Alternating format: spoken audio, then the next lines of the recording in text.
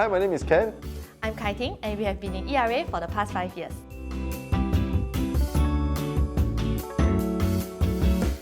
We didn't join at the same time actually. I joined the real estate industry when I was 21 in 2014. So that's about 10 years ago. And she came on board, I think 2016, right? Or 2017? I think 16. I think 16, yeah, 2 years later when she was in uni. So what roles do we play? Maybe she can share more.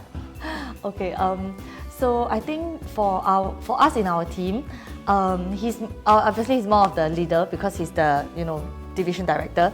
So for me, wise, I play more of the support role, rah-rah, trying to get get everybody to hey, let's go for this event together, let's join this, let's go for a shoot together, all this kind of support role. Yeah.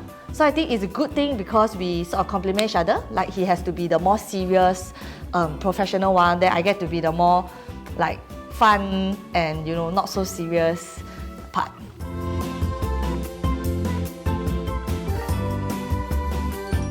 Okay, I think definitely there are challenges and there are advantages. So we will cover both.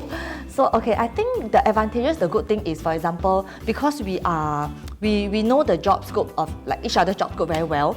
So for example, maybe it's maybe late at night, or maybe if we're having even a date night and a client calls and we have important maybe a closing to do, so the other party will understand fully and not make a fuss or get angry, because if let's say if you're dating somebody else who is not in the same industry, they probably will not understand. They say, it's off hours, for example, it's 10 p.m, why are you still working? We're supposed to be spending time together.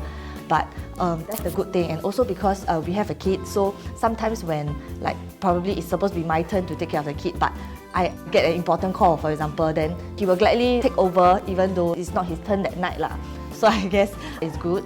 Also, when it comes to probably making appointments, if suddenly I have something else that I cannot go, at least he's able to run viewings for me. Okay, so how about you share about the challenges? The biggest challenge that we face is, I think, how we manage clients. I think we manage differently. Certain times I feel that she could have done it this way because it would be a better way. But sometimes it may or may not turn out this way. So I think this is something that we bicker quite a bit about. Also because both of us, we are quite different. So sometimes for example, if I happen to maybe burst a deal, then Ken will be like, oh, but you should have done this instead of doing this, But my point of view is that, but they came to me for my service and this is the way I service them, So I think we have a bit of, so usually we're like, okay, you serve your client, I serve my client.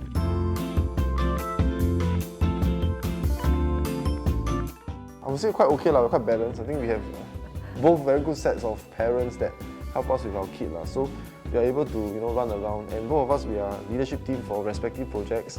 And I think this is a good common understanding, and we have mutual friends that know one another. So we always know where each other is. So I think that's good. I think for conflict resolution, probably, I think we have come to consensus that we don't touch each other's clients. Yeah, so she'll handle her own case, I'll handle mine. Unless, probably when we need ideas or creative solutions, then we will search for one another. Yeah, I think so.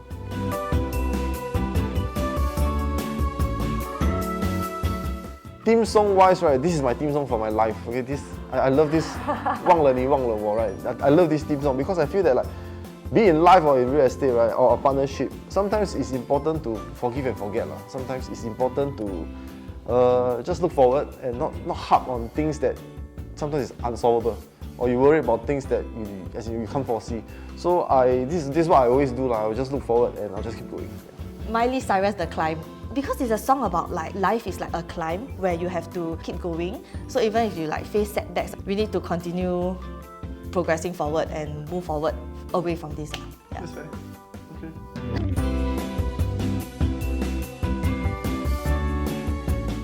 There was this time, I'm not sure if you remember, yeah.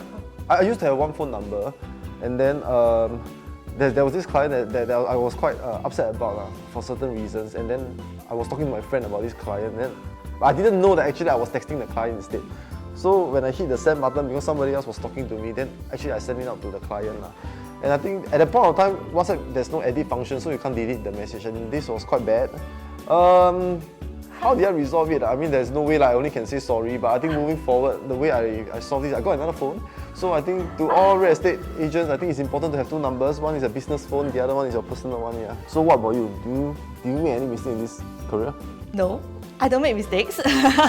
Okay, but I think for really all of my case and my clients, right, I really make sure that everything is right before we proceed with the next action or whatever. Anyway, because I will consult you. So if there's anything wrong, it's your mistake, not me, right? That's fair.